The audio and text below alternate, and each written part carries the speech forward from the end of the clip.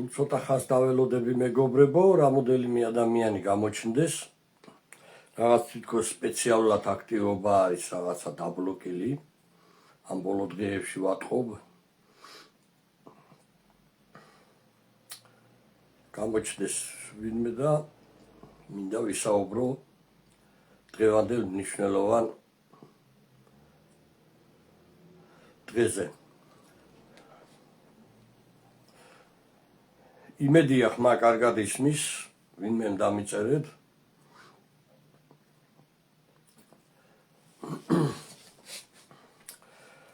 მოკლედ მეგობრებო, ძალიან გადატვირთული დღე იყო დღეს. კიდევ ერთხელ გილოცავთ ყველას. საქართველოს რესპუბლიკის პირველი პრეზიდენტის და ერთადერთი ლეგიტიმური პრეზიდენტის საქართველოს ეროვნული გმირის ბატონ ზვიად გამსახურდიას დაბადების დღეს.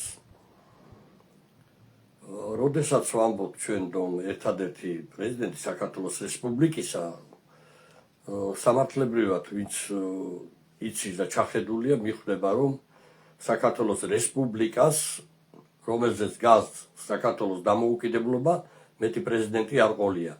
მას შემდეგ გაყალბებული ეგრეთ წოდებული სახელმწიფო საქართველოს ყავს სააკაშვილი, მარგველაშვილი, ზურაბიშვილი და ახლა ყაველაშვილი, მაგრამ ესენი არ არიან. ესენი არიან ყველა არალეგიტიმურად არჩეული, ესე იგი ისეთი დასახელების სახელმწიფოს პრეზიდენტები, რომელიც სამართლებრივად აბსოლუტურად მასში არ არის. აი დღევანდელ დღესთან 91 წლის 31 მარტთან და იმ დამოუკიდებლობის აღდგენის აქტთან, რომლის მათ გააკეთა ბატონმა ზვიად გამსახურდიამ 18 წლის 26 მაისის აქტის საფუძველზე. ეხლა მე ძირითადად რა მინდა გითხრათ, პირველ რიგში დღეს ჩვენ პირველი აქცია, რომელიც ქონდა პროკურატურასთან და მინდა გითხრათ თავარ პროკურატურასთან. ჩვენ 33 წელია ვუყურებთ პრეზიდენტის მკვლელობის გამოძიებას, რომელიც არის თაროზე შემოდებული. თავიდან იყო თითქოს თვითმკვლელობის ვერსია იყო, შემდეგ კვალიფიკაცია შეუცვალეს, თვითონაც კი ვერ ინამუსეს იმდენად აქვს ყველანაირი ფაქტები, რომ გადააკვალიფიცირეს და მკვლელობის მუხლით დაიწყეს ძიება. ძალიან აქ თქოთ ერთი რაღაცა შეცვლილია აქტიობა და მიხედავ ხალხს შემოდის და იქნებ გადააზიაროთ, რომ გავრცელება კონდეს.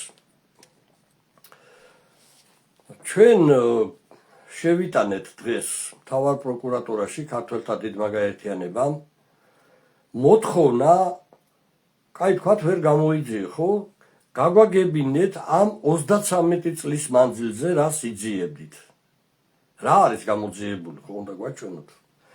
თუ ვერ იძიებთ და რაღაცა გიშლით ხელს, რაღაცა ხო უნდა ვიცოდეთ, საზოგადოება ხო უნდა იცოდეს. შეიძლება საქართველოს პირველი პრეზიდენტის მკვლელობა ერმა არ იცოდეს როგორ განხორციელდა. იმ პრეზიდენტისა, რომელმაც საქართველოს სახელმწიფო დამოუკიდებლობა აღადგინა და ეს ეხლა მოკლე რაღაცა პატარა ის რო არ ჩავთვალოთ სოციალ-დემოკრატებისა, თითქმის რამდენიმე საუკუნოვანი ოცნება აუსრულა ქართველებს და ისეთი ოცნება, აი ილია ჭავჭავაძე და მთელი იმ ეპოქის უდიდესი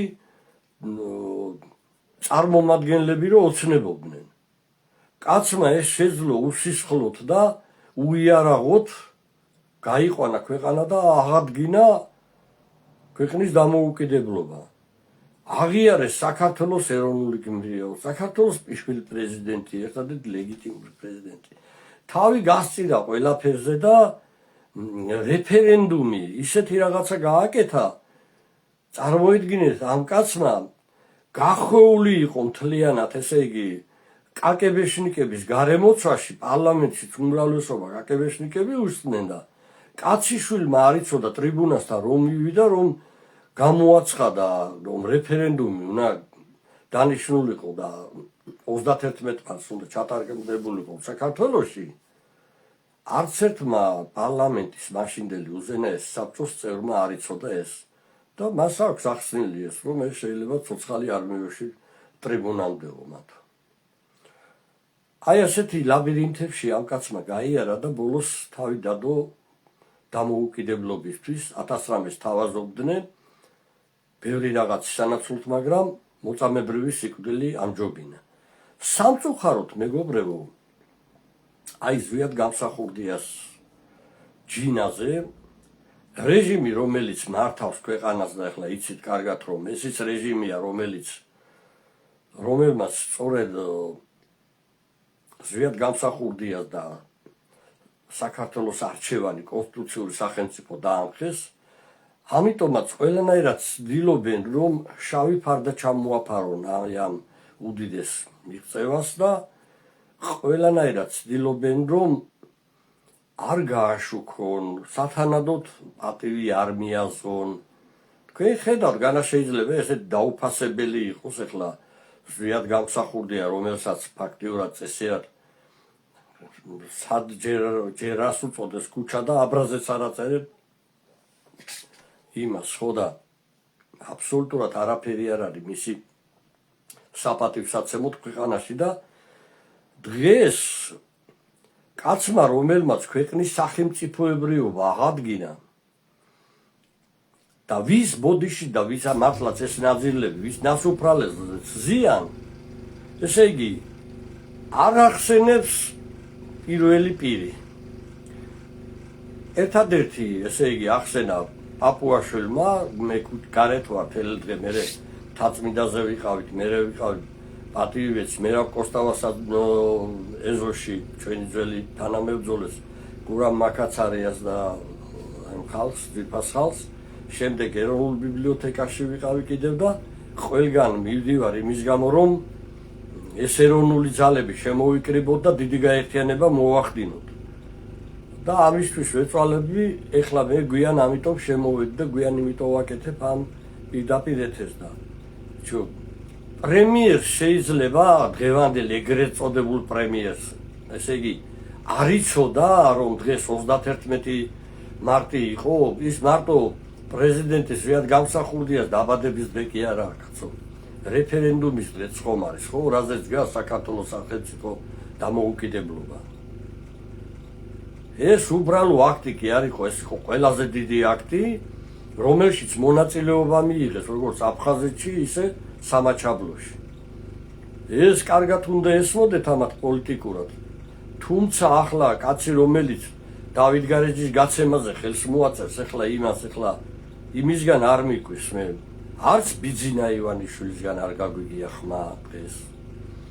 რა ვიცი, ახლა ცოტა ხნის წინ კაცო ყველანი პატრიარქის პანაშვიდებზე ერთმანეთს ასწრებდნენ და კარგია რომ დააფასებ ადამიანის წარსულს, მაგრამ განა შეიძლება პირველი პრეზიდენტი, რომელმაც ქვეყნის ახლა მიღწევით, ამაზე დიდი მიღწევა არავის არ ნურავინ მიითვისებს, არავის არ გაუკეთებია ესეთი რამე და ამას ვერავინ ვერ გაუტოლდება, რაც გამსახურდიამ გააკეთა. ხო და ერთ ადამიანს არ აღმოგაჩნდა ცინდის ნამუსი, კაცო. ან ეს კონსერვატორები რო გამოხტებიან ხომ, ერთი გადახედეთ ერთი მათ გვერდებს ერთი რო გამოდიან და ელექტროენერგიაზე ლაპარაკობენ დღეს, ვითომ ახლა ხალხის გულს იგებენ.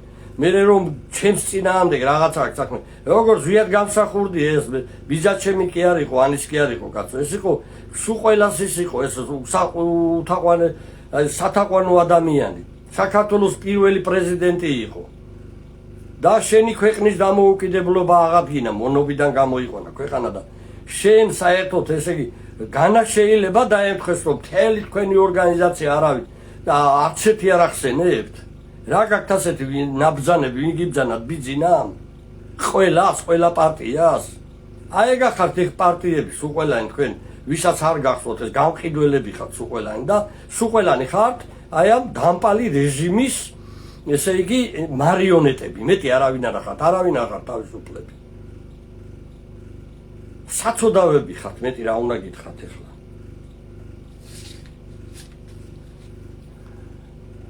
უდიდესი არის ზვიად გამსახურდია დამსახურება. ახლა ბევრი რაღაცეები რაშიც ღვაწლი ვის მიუძღვის, არავისი არ უნდა დაიკარგოს, მაგრამ როდესაც ლაპარაკია კაცო იმაზე, რომ ხალხი მრევლი ვინ შემოაბრუნა ეკლესიისკენ, მე ფაქტებით გეტყვით ახლა ვინ შემოაბრუნა. ხალხი ეკლესიისკენ შემოაბრუნა ზვიად გამსახურდიან და მერაბ კოსტავამ და ეროვნულმა მოძრაობამ. გეტყვით ახლა 77 წელს დაახლოებით, როდესაც აღსაყრება მოხდა პატრიარქის ილია მეორის, დაახლოებით იყო 50 სასულიერო პირი რაღაც საქართველოში. 99 წელს დაახლოებით იყო 90 სასულიერო პირი. ანუ გაიზარდა მხოლოდ 40 სასულიერო პირით. აი მხოლოდ 99 წლიდან უკვე როდესაც ასპარეზზე უკვე აქტიურად ჩდება ზვიად გამსახურდიან მერაბ კოსტავა 99 წლის 99 წლიდან დაწყებული 91 წლის ბოლომდე უკვე 1000 სასულიერო პირი ხდება საქართველოში. 1000 გესმით? 1000 სასულიერო პირი ხდება უკვე საქართველოში. აი თქვენ ალბათ ყველას გეხსოვებათ, როდესაც ავტოკატასტროფაში მერაბ კოსტავა გარდაიცვალა, მე მახსოვს იქ მთელი ღამეები რიგები იყო, რომ როგორმე შეეღწიათ და პატივი მიეგოთ ეროვნული გმირისთვის სიონში. იმდენი ხალხი იყო. აი აქედან დაიწყო უკვე ტაძარში სიარული ხალხმა. ეს არ იყო მხოლოდ და მხოლოდ მარტო დამოუკიდებლობას კი არ აცხადებდნენ ეს ხალხი, დამოუკიდებლობისთვის კი არ იბრძოდნენ მარტო. ეს იყო ეროვნულ სარწმუნოებრივი მოძრაობა და ზვიადი სულ ამას იმეორებდა და მერაბი. ეს იყო ეროვნულ სარწმუნოებრივი მოძრაობა. რომელ ყვალსაც დღეს ქართველთა დიდი გაერთიანება მიყვება. სწორედ და სწორედ მხოლოდ და მხოლოდ ეს არის ჩვენი თავარი გზა და მიმართულება, ჩვენი გზა არის ეროვნულ სარწმუნოებრივი გზა. და ამ გზას უნდა დავადგეთ ყველა ქართველი, თუ გინდა რომ ჩვენი ქვეყანა სამშვიდობოს გავეყვანოთ. ეხლა რაც შეეხება იმას, რომ ეხლა ყველგან კი მე მივდივარ ხოლმე და მინდა რომ ყველას პატივი ვცე. რაღაცა ან გვერდში დავოლგი, ან დავეხმარო, ან გავაშუქო, ან რაღაც, მაგრამ რა არის იცით? ესეთ შეკრებებს უნდა კონდეს აი შედეგობრივი ხასიათი, შედეგის მომტანი უნდა იყოს. ყველა უნდა ფიქრობდეს შედეგზე. მე წეგანაც მქონდა საუბარი რამდენიმე იქ მეგობართან, ძალიან ძვირფასი ადამიანები იყვნენ, ბევრი იქ ძალიან პატივსაცემები შეკრებილები ეროვნულ ბიბლიოთეკაში. მაგრამ ბოლოს მე რო ვკითხე იქ ჩემი მეგობრებია უმეტესი. აი დამთავრდა ეს შეკრება და წავედით ყველანი მივდივართ სახლში, ხო? რა უნდა ვთქვათ, აი აქ რაზე ვისაუბრეთ, რა გადავწყვიტეთ, ხო რაღაცა უნდა გადაწყდეს. ჩემი აზრით უნდა იყოს ყოველთვის მიზანდასახულობა, ჩვენ უნდა ვიმუშაოთ იმაზე, თუ რა უნდა გავაკეთოთ ხვალ. ლაპარაკთან ერთად პირდაპირ უნდა ის ლაპარაკი საქმეთ ვაქციოთ. ცარიელი ლაპარაკით საქმე არ გამოვა ნამდვილად, შევიკრიბებით დავიშლებით, თუმცა ეს ჩემი ის არ იყო ორგანიზატორობით ეს შეკრება. მე მიმაჩნია, რომ ფაქტიურად ძველმა თაობამ ეხლა დაიღალა ეს ხალხიც და ზოგი ძალიან დაბერდა და რამე. მაგრამ ჩემი აზრით მათ ის მაინც შეუძლია ერთადერთი ეხლა ბევრს ვეღარ მოთხოვთ, მართლა ძალიან ბევრი გადაიტანეს, ძალიან დიდი მძიმე დღეების გამოიარეს. მე მიმაჩნია, რომ ერთადერთი რაც შეიძლება გააკეთონ, მე ადრეც თქვი, ეს ცოტნე მოისმინა და ძალიან მოეწონა მაშინ სანამ ეს ესეთი ტრავმას მიიღებდა. როდესაც შიმშილობდნენ მთავარ პროკურატურაში, რომ მოდით დავრაზმოთ უზენაეს საბჭოს დეპუტატები, მოვაწერინოთ ყველას ხელი და საჩივარი გაიგზავნოს სტრასბურგის სასამართლოში, რომ საერთაშორისო სასამართლომ დაგვეხმაროს საქართველოს პირველი პრეზიდენტის მკვლელობის გამოძიებაში, ვინაიდან ქართველმა ხალხმა სამართალი ვერ ნახა ამ 33 წლის განმავლობაში და ვერ გამოიძიეს. წარმოიდგინეთ თქვენ ამას რამდენად დიდი ეფექტი ექნება, ესეთი რამე შეიძლება არც მოხდა რა არსად, დაახლოებით 30-35 დეპუტატმაც რომ მოაწეროს ხელი საქართველოს დამოუკიდებლობის აქტზე ხელმომწერმა და მათთან ერთად შეიძლება ასევე მაშინდელი მინისტრებმა, პრეფექტებმა და ასე შემდეგ საკრებულოს დეპუტატებმა, ეს იქნება უდიდესი გამოხმაურება ექნება ამ ყველაფერს და ესე ადვილად ვეღარ იქნება მიფუჩეჩებული, ასე ვთქვათ, ხო და თუ ესეთი საკითხი დაისმევა და მოეწონებათ ეს აზრი, ჩვენ თანახმა ვართ, კარგ ადგილზე გვაქვს ოფისი რუსთაველის 18-ში. მე ამ თემაზე წეგან ვესაუბრებოდი უზენაეს საბჭოს დეპუტატს გურამ მაკაცარიას და ძალიან კარგი იდეა მასაც მოსწონს და თქვა, რომ მე ყოველნაირად ხარდაგიჭერ და გვეცი დაგიდგებითო. ყველა დეპუტატის გასაგონად ვამბობ მე ახლა, ვისაც სურვილი გაქვთ, მობრძანდით რუსთაველის 18-ში, გავაკეთოთ ეს დოკუმენტი, ყავს იურისტები, ასევე თვითონ ამ საქმეს ყავს იურისტი გიგუაშვილი და ვითანამშრომლოთ და გავაკეთოთ ეს სერიოზული საქმე და მივცეთ ცვლილობა. ხომ ფაქტია, რომ ესენი არაფერს აღარ იძიებენ და არც ვერაფერს ვერ გააკეთებენ. ერთი რამე არის ცხადი. თუ ეს საქმე არ იქნება, საქართველოს პრეზიდენტის მკვლელობა არ იქნება გამოძიებული, თუ ფუნდამენტი სუფთა ფუნდამენტიდან არ დაიწყე ქვეყნის შენებლობა, მაშინ არაფერი არ გამოვა და ამ ქვეყანას მომავალი არ ექნება. აუცილებლად უნდა მიეცეს შეფასება სახელმწიფო გადატრიალებას, აუცილებლად უნდა იყოს გამოძიებული საქართველოს პირველი პრეზიდენტის მკვლელობა, თუ არა და გვექნება რა, აგერ გოგა ხაინდრავას დააჯილდოებ მილიონით ყოველ წელს. კაცს, რომელსაც ავტომატი ეჭირა და ხალხს როდა ქუჩაში. და პრეზიდენტის კორტეჟი გაუხსნა კიდევ ცეცხლი და ბავშვები და ქალები ჩახოცა იქ. 955,000 მარტო წელს პრემია მისცეს. ბიუჯეტიდან სხვათა შორის. თუ ასე გვინდა გავაგზავნოთ ჩვენ ცხოვრება, ესეთი სიყალბეში ვიცხოვრეთ და პატიოსან კაცს და პატიოსან ხალხს არასოდეს არ ექნება გასაქანი და ამ თაღლითებს ექნებათ სულ მუდმივად ეს მეფური ცხოვრება და საწყალი ხალხი იქნება დაჩაგრული. ამიტომ არის აუცილებელი ერთხელ და სამუდამოდ ყველაფერს დაერქვას თავის სახელი და აღდგეს კონსტიტუციური სამართლიანობა. ამისთვის ვიბრძვით ჩვენ ქართველთა დიდი გაერთიანება.